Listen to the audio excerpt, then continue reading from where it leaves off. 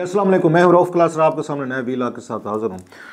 आज के दिन 3-4 बड़ी अहम खबरें हैं या आप कह सकते हैं डेवलपमेंट्स हैं। हुकूमत बनने के या फॉर्मेशन का ये प्रोसेस जो है शुरू हो गया। पंजाब में आपने देखा बन चुकी है, KPK में भी आज इजलास था, लेकिन बहुत बड़ा बुरे तरीके से एक हंगामा खेज एक उनका इजलास था, जिससे अभी से पता चल सकता है कि आने वाले 5 साल या वट एवर टाइम जो है वहाँ असम्बली का उनकी क्या हालत होगी। जो हमने सोचा था शायद इलेक्शन आएंगे, कुछ पीस स्टेबिलिटी और कोई पॉलिटिकल मैच्योरिटी ला गए लाएंगे, वो तो आपको कहीं पर नज़र नहीं आ रही। फिर हमने देखा इसके बाद नवाज शरीफ साहब और आज जो शहबाज शरीफ साहब जो हैं वो अपनी पार्लियामानी पार्टी के उनसे उनसे लोगों से मिले हैं, दोनों ने खिताब किया है। खिताब से भी यही आपको बड़ा क्लियर इंडिकेशन आ रहा है कि नवाज शरीफ साहब जो हैं वो उनके जहन पे वो चीज़ें सारी की सारी अभी भी खड़ी हैं कि उनके साथ क्या बुरा सलूक हुआ, जुडिशरी ने किया, इमरान खान ने किया, बाकी लोगों ने किया। अभी तो उन्होंने उस पर जुडिशरी और इमरान खान साहब पे भी रखा है, लेकिन मेरा ख्याल है आने वाले दिनों में मीडिया पे भी बात होगी, वो करेंगे। एस्टेब्लिशमेंट भी शायद किसी स्टेज पे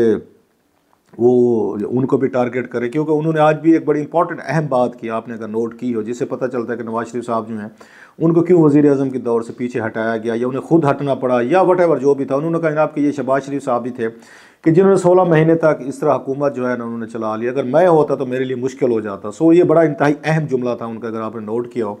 उन्होंने अपना माइंड सेट बता दिया कि मैं इस तरह के इन अरेंजमेंट्स में इतने मतलब हाथ पाँव बांध के, जिस तरह का आपको इक़्तिदार मिलता है, फिर आपको सिंपल मेजॉरिटी नहीं होती, अलाइज के साथ आपको डील करना पड़ता है, फिर इस्टेब्लिशमेंट की अपनी शरायत, अपनी उनकी ख्वाहिशात, तो मैं तो नहीं चल सकता था। तो ये शहबाज शरीफ साहब हैं, वही चल रहे होंगे। सो उन्होंने जो वह तकरीर की है, बातें की हैं, वो बड़ी आपको इंडिकेशन देती हैं कि आने वाले इसमें दिनों में या आने वाला जो माहौल होगा वो क्या होगा। और मुझे कोई अच्छा माहौल वो लगता कि बनता लग नहीं रहा। इसमें ज़रा बात करेंगे कि जनाब शहबाज शरीफ और नवाज शरीफ साहब ने गुफ्तगू की है, उससे आप क्या मतलब अखज़ कर सकते हैं नतीजा। एक तो ये है, फिर हम ये देख रहे हैं कि जनाब के 29 ये फरवरी को वो हलफ ले रहे हैं। सो कौमी असम्बली का हलफ हो रहा है और वहाँ पे एक उन्होंने स्पीकर के लिए ऐलान किया। बाकी पोस्टें जो हैं वो पीपल्स पार्टी साहब ज़रा उन पे अपनी अनाउंसमेंट करेगी।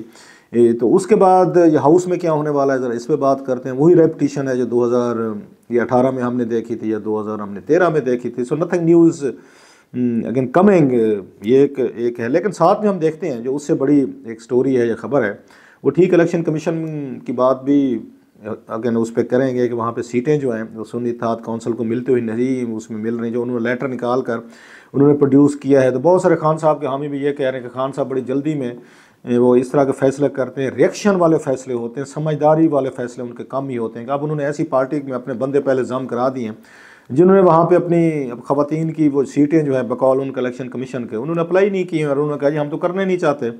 अब खान साहब ने होमवर्क नहीं किया, हालांकि मैं ये बड़ा क्लियरली मैं कह चुका हूँ। अब उनकी खैर अपनी विजडम में वो बेहतर जानते होंगे इमरान खान साहब की, अपनी पार्टी उठा के सारी आपने एक और पार्टी जिसकी 1-2 सीटें में जो जिसके सरबराह खुद अपनी पार्टी के टिकट पर नहीं लड़े थे, उसमें सारे के सारे उनके हैंड ओवर कर दें, वही कंट्रोल करेंगे, वही मैनेज करेंगे। महज इस चक्कर में जी हमारी 20-30 ख़वातीन की सीटें आ जाएंगी।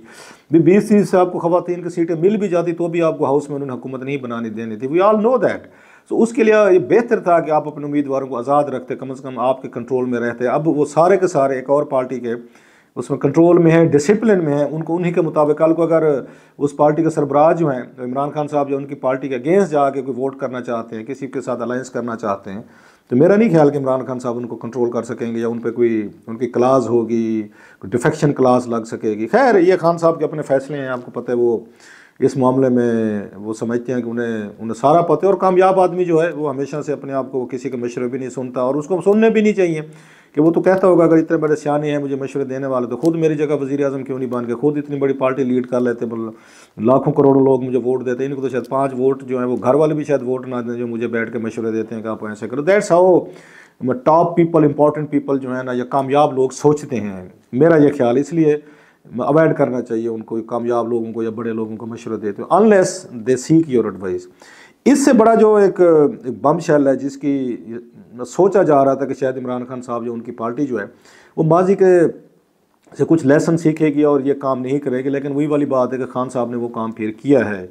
उनका ये ख्याल है कि क्योंकि वो बेसिकली मैं IMF के लेटर की बात कर रहा हूँ, क्योंकि बेसिकली खान साहब एक फास्ट बॉलर रहे हैं। अब मतलब आपने सारी उम्र क्रिकेट खेल ली और आपका मिजाज बन जाता है। वैसे फास्ट बॉलर एक एग्रेसिव मिजाज का होता है, एग्रेशन होता है उनके अंदर कि अगर आपको किसी ने आपको छक्का मार दिया किसी बॉल पे तो नेक्स्ट बॉल पर आप उनको बाउंसर मारने की कोशिश करते हैं कि इनके सर पे बाल मारें और ये ग्राउंड पे आपको गिरे नजर है, वो उस वक्त उनके पास रिएक्शन टाइम जो होते हैं बड़ा वो थोड़ा होता है। तो खान साहब को भी हमने देखा है कि उन्होंने पॉलिटिक्स में भी ये अपना मिजाज रखा है, अगरचे बहुत से लोग कहेंगे ये उनकी कामयाबी की वजह, लेकिन बात वो है कि हर दफ़ा एक ही तरीके से आप बाउंसर मार के आप प्लेयर को ना ज़मीन पर आप उसको लिटा सकते हैं। मुमकिन है कि कोई बहुत अच्छे हुक करने वाले हों तो वो आपको बाल जो है वो ग्राउंड से बाहर भी फेंक सकते हैं। अभी इसको IMF वाली को देख लें, उनका ये ख्याल था कि मेरे ऊपर क्योंकि कोई मेरे साथ डील नहीं हो रही, मेरे साथ कोई बातचीत नहीं हो रही, मेरी पार्टी को बाहर रखा गया है, मेरे स्पाउस को इद्दत वाले केस में सज़ा दी गई है, मुझे यहाँ 30-35 साल की सज़ा दी गई है, डिस्क्वालीफाई किया गया, मेरी पार्टी तोड़ी फोड़ी सब कुछ किया गया, तो मैं क्यों रियायत करूँ। सो उन्होंने IMF को एक ख़त लिखने का फ़ैसला किया। मेरा उस वक्त भी ये ख्याल था कि इस्टेब्लिशमेंट या जो भी फोर्सेज जो हैं जो खान साहब को जेल में रखे बैठी हैं वो जानती हैं कि उनके ये कौन से फैसलों का या कौन से उनके एक्शन का एग्जैक्टली खान साहब वही रिएक्शन देंगे। सो मेरी ये रीडिंग है कि उन्होंने खान साहब को इस साइड पर वो लेकर आए हैं कि वो ये रिएक्शन दें ताकि लोगों में और दीगर पॉलिसी मेकर्स में इवन इंटरनेशनल लेवल पे खान साहब का इमेज दिखाया जाए कि अगर ये जेल में गए हैं या इन पे कोई केसेस चल रहे हैं, तो माजी में भी लोग गए थे, भुट्टो साहब फांसी लग गए, बेनज़ीर भुट्टो कत्ल हो गई, और इस नवाज शरीफ साहब 3 दफ़ा मजूल भी हुए, गिरफ्तार भी हुए, सजाएं भी हुई जेलों में, और भी बहुत सारे पाकिस्तान के राजा परवेज़ अशरफ रहे, यूसुफ गिलानी रहे, मैं हूँ जो जेल में नहीं रहा, प्राइम मिनिस्टर्स की बात कर रहा हूँ, शहबाज शरीफ रहे। तो इन्होंने कभी कोई मुल्क की सलामती के हवाले से या इस तरह के इशूज़ पे कभी इन्होंने इंटरनेशनल इदारों को रोकने की कोशिश नहीं की कि पाकिस्तान में इमदाद बंद करें या पाकिस्तान में आप, मैं उनकी पॉलिटिकल जमहूरी हुकूमतों का अगेन अदवार की बात मैं कर रहा हूँ, या इनके साथ सपोर्ट ना करें क्योंकि उनको ये था कि इससे अवाम या मुल्क सफ़र करेगा। सो खान साहब से वो चाहते थे कि खान साहब इस तरह के रिएक्शन दें, और माशाल्लाह खान साहब ने उनको मायूस नहीं किया। मैं समझता हूँ उन्होंने एस्टेब्लिशमेंट को मायूस नहीं किया। दैट्स व्हाट दे वांटेड कि खान साहब इस तरह के लूज बाल करें जिसको वो कल को मीडिया, उनकी अपनी पार्टी के लोग, पॉलिटिशियन, उनके अपोनेंट्स सारे उनको टारगेट करें और इनकी अपनी पार्टी के पास दिफा करना बहुत कम हो जाएगा। मसलन इनकी अपनी पार्टी के अंदर जो लेटर लिखा गया IMF को, इनकी अपनी पार्टी के अंदर डिवीजन है और बहुत सारी इस पे शार्प इस पे ओपिनियन है। माजी में भी 2 दफ़ा खान साहब ने IMF को उन्होंने कोशिश की थी डिरेल करने की। एक दफ़ा तो खुद करके गए थे जब वो ये प्राइम मिनिस्टर थे, इसमें जनवरी-फरवरी 2022 में, जिसकी वजह से डॉलर का रेट जो है वो उनके हाथ से निकला और 300 रुपये तक गया। बाद में इसाक डार साहब ने उनकी मदद की, 6 महीने उन्होंने साइन नहीं किए सितंबर में, वो करने देते तो शायद 220 पर डॉलर रुक जाता। सो अल्टीमेटली जब आपने डॉलर को साइन किया तो 300 रुपये पे ऊपर चला गया। दैट्स शेख रशीद साहब जो बार बार बात किया तो बरूदी सुरुंग थी, तो खान साहब गुस्से में थे। फिर जब ये उसे डील करने की कोशिश कर रहे थे उन्होंने शौकत तरीन साहब को कहा कि आप इनसे लेटर लिखवाएं पंजाब और KPK के वजीर ख़जाना से, जिसमें मोहसिन लगारी ने कहा था इससे रियासत को खतरा हुआ कि हो जाए खतरा। खान साहब गुस्से में, खान साहब हमारी पार्टी चेयरमैन कह रहे हैं। अब ये तीसरी दफ़ा उन्होंने फिर किया है और मज़े की बात है फिर इसके बाद, हालांकि उन्हें पता था कि IMF जो है वो कह चुकी है कि जब हम पाकिस्तान के पॉलिटिकल इश्यूज़ में अब इनमें हम नहीं पड़ेंगे, वो उस पर तैयार थे, राज़ी थे कि हम पाकिस्तान की थर्ड फैसिलिटी है मार्च में हमने उनको देनी है। अमेरिकन का स्टेटमेंट आ चुके थे कि हम नई हुकूमत के साथ काम करने के लिए तैयार हैं, अगरचे उनकी कंसर्नसी उस पर रेगुलरिटीज़ पे। चाइना का स्टेटमेंट आ गया। सो खान साहब को थोड़ी सी देखनी चाहिए थी कि जनाब कि मैं इन हालात में अगर लेटर में लिखता भी हूँ तो क्या इंटरनेशनल इस पर लेवल पे इसको अप्रिशिएट किया जाएगा, क्या IMF इसको सुनेगी, क्या वाकई इमदाद रुक सकती है और पाकिस्तानी ये जो उसकी डॉलर की इसकी तवक्को रखते हैं क्या वो ये पूरी हो सकती है। ये खान साहब को being a former prime minister in चीज़ों का एहसास होना चाहिए था कि ये जो मैं लेटर लिख रहा हूँ, ये लिखूँगा, इसका कुछ इम्पैक्ट भी होगा या महज एक पॉइंट स्कोरेंगे और इसका मेरे खिलाफ ही इस्तेमाल होगा। सो लेकिन वही वाली बात कि खान साहब इस गुस्से में है, रिएक्शन में है, वो रिएक्ट कर रहे हैं। उस रिएक्शन का नतीजा ये निकल रहा है कि उनके अपोनेंट्स जो है ना, मेरा ख्याल है वो नैरेटिव की, ये जो नैरेटिव है कि खान साहब इस रियासत के या मुल्क के या अवाम के कोई इतने बड़े हमदर्द भी नहीं है, वो अपने ज़ाती वो देख रहे हैं, अपनी ज़ाती अलडील देख रहे हैं, सज़ा देख रहे हैं, ज़ाती वो चीज़ें देख रहे हैं। सो ये चीज़ उन पर मेरा ख्याल है उनकी कोई मदद नहीं करेगी और फर्दर इस्टेब्लिशमेंट को कन्विंस करेगी, कैल करेगी इवन इंटरनेशनल लेवल पे बहुत सारे मुल्कों को कि खान साहब अपने मुल्क का फ़ायदा या आवाम का नहीं देख रहे, ज़ाती गुस्से और इसमें रंजिश में वो सारे फैसले कर रहे हैं। सो दैट्स व्हाट इसका बेनिफिट, जैसे मैंने कहा, नवाज़ लीग भी होगी, शहबाज शरीफ ही होंगे, वो इस्टेब्लिशमेंट भी होगी और खान साहब समझेंगे नहीं मैंने शायद इनके लिए बहुत बड़ी मुसीबतें पैदा कर दी। अगरचे उन्होंने लेटर में जो उन्होंने बातें की, अगरचे स्टार्ट में तो यही कहा उन्होंने कि जनाब कि हम कोई वो नहीं कर रहे, हम कोई रोकना नहीं चाहते फाइनेंशियल एड अगर आ रही है, लेकिन हम ये चाहते हैं सर्टेन, उन्होंने क्लासेस का हवाला दिया है उसमें जो IMF की अपनी है कि जनाब ये गुड गवर्नेंस के इश्यूज़ जो आप उनको भी हल करते हैं ताकि पाकिस्तान में करप्ट प्रैक्टिसेस हैं, बैड गवर्नेंस है, इस तरह की चीज़ें, शफाफियत नहीं है, ट्रांसपेरेंसी नहीं है। अपने आप के लाज कहते हैं कि आप इस मुल्क से आप उस पर इन्वेस्टिगेशन करवाते हैं, उस पर आप थोड़ा सा अपने रिजर्वेशंस आप देखते हैं और जब तक कन्विंस नहीं होते आप उनकी ये उनके इंस्टॉलमेंट के हैं या किस्त जो है ना वो रिलीज़ नहीं करते। तो खान साहब का उसमें ये था, अभी एक उन्होंने लोकल तो NGOs को कहा कि इनके ज़रिए वो जो इलेक्शन मॉनिटर्स करते हैं इनके ज़रिए आप ऑडिट करा लें, 30% करवा लें। पहले आपको याद होगा पाकिस्तान में वो कहते थे, सुप्रीम कोर्ट को उन्होंने कहा था जब उन्होंने 2013-14 वाला धरना दिया था तो उस वक्त कहते थे कि 4 हल्के खुलवा दें। अब वो कह रहे हैं 30% वो जो इलेक्शन रिजल्ट हैं उनको आप उनका ऑडिट करा दे, फिर इसके बाद आप जो पैसे वगैरह हैं ना वो इनको रिलीज़ करें।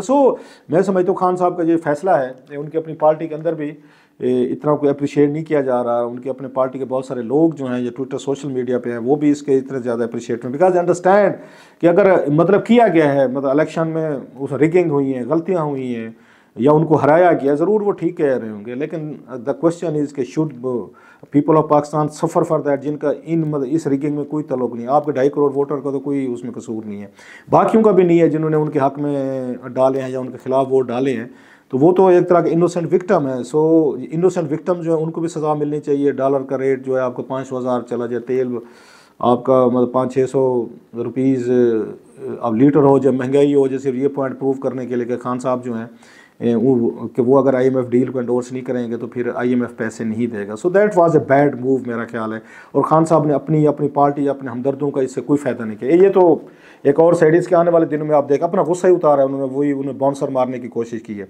अब नो कमिंग टू द जो असम्बली का इजलास हो रहा है, अब उसमें एक अगेन उसमें एजाज सादिक साहब जैसे मैंने कहा स्पीकर के तौर पर आ रहे हैं, और शहबाज शरीफ साहब जो हैं वो प्राइम मिनिस्टर हैं। तो हमने देखा कि शहबाज शरीफ साहब ने पहले उन्होंने उनकी तारीफ़ें की, नवाज शरीफ साहब की, उनकी कुर्बानियाँ, उनके जज्बे, उनकी एफ़र्ट्स और लंबी डील जो है वो सुनाई, उनको अप्रिशिएट किया, उनको सलाम अकीदत पेश किया कि जनाब के मेरे भाई साहब ने कितनी बड़ी उन्होंने कुर्बानियाँ दी हैं और कितना बड़ा उन्होंने दुख सहा है। उसके बाद शहबाज शरीफ साहब ने अपने भाई की उन्होंने बैठ कर बड़ी वो की हैं, उनकी तारीफ़ें की। सो भाई जो हैं एक दूसरे की तारीफ़ें करते रहे। Then of course they went for Imran Khan और जुडिशरी पर उन्होंने बातें की, जिससे लगता ये है कि आने वाले दिनों में उस शहबाज शरीफ साहब जो हैं अगरचे उनकी लाइन थोड़ी सी डिफरेंट रही है, वो महारे को मतलब चलने की वो कोशिश करते हैं, लेकिन नवाज शरीफ साहब के जहन में दिल में वो गुस्सा है इमरान खान साहब वाला है कि उनको जिस तरह के अलकाबात दिए गए, जिस तरह की ज़बान यूज़ की गई, जिस तरह की लंदन प्लान की बात की गई या उनको सिसालियन माफिया कहा गया। So he is not forgetting and forgiving. मुझे नहीं लग रहा कि नवाज शरीफ साहब जो हैं वो इस बात को भूले हैं या वो ये समझे बैठे हैं चलें जी, वो जो उस पर जरदारी साहब बिलीव करते हैं कि सबसे बड़ी वो रिवेंज जो है ना, the biggest revenge is democracy. इस चीज़ पे नवाज शरीफ साहब बिलीव नहीं करते, वो नहीं बन चाहते। वो चाहते हैं कि जिन्होंने उनके साथ ज़्यादती की, गलत किया, 2 नंबरें की, जेलों में डलवाया, उनको टाइटल दिए, उनको सजाएँ दिलवाई, they should also be punished. Openly अगरचे वो बात नहीं कर रहे, लेकिन आने वाले दिनों में ये जो मैं डिटरमिन करेंगे पहले 3 से 6 महीने कि वो इनकी हुकूमत किस तरह जाती है, चलती है, स्ट्रांग होती है, वीक होती है, उसके बाद आहिस्ता आहिस्ता अपना एजेंडा जो है वो सामने ला सकते हैं। और मुझे देखना ये है कि वो क्या टीम लाते हैं जो रन करेगी, क्योंकि बड़े बड़े एक्सपीरियंस लोग अब अगर नज़र नहीं आ रहे थे मुझे उनकी पार्लियामेंट्री पार्टी में, जो कभी बहुत बड़ी हैवी वेट लगती थी, बड़े बड़े नाम थे जो आपको नज़र आते थे वहाँ पर। अब उस पार्टी में उस तरह के आपको बड़े नाम नज़र नहीं आ रहे थे। मैं जो उन खिताब की वीडियो देख रहा था, सो अब वो सारा बर्डन जो है शहबाज शरीफ साहब या उनके चंद कोई 2-4 सीनियर लोग हैं उन पे, बाकी नई टीम होगी। अब इतने बड़े चैलेंजेस हैं, उसमें से कैसे निकलते हैं, क्या करते हैं, ये कल पता चल जाएगा। टोन और टेनर क्या होती है कौमी असम्बली की, और अगले आने वाले 5 सालों का वो जो एजेंडा है, टोन जो है ना वो सेट कर दी जाएगी। जब ये हलफ उठाएंगे उस पर आपको पता चल जाएगा क्या माहौल है। वही माहौल होगा जो KP की असम्बली में था या कुछ डिफरेंट होगा।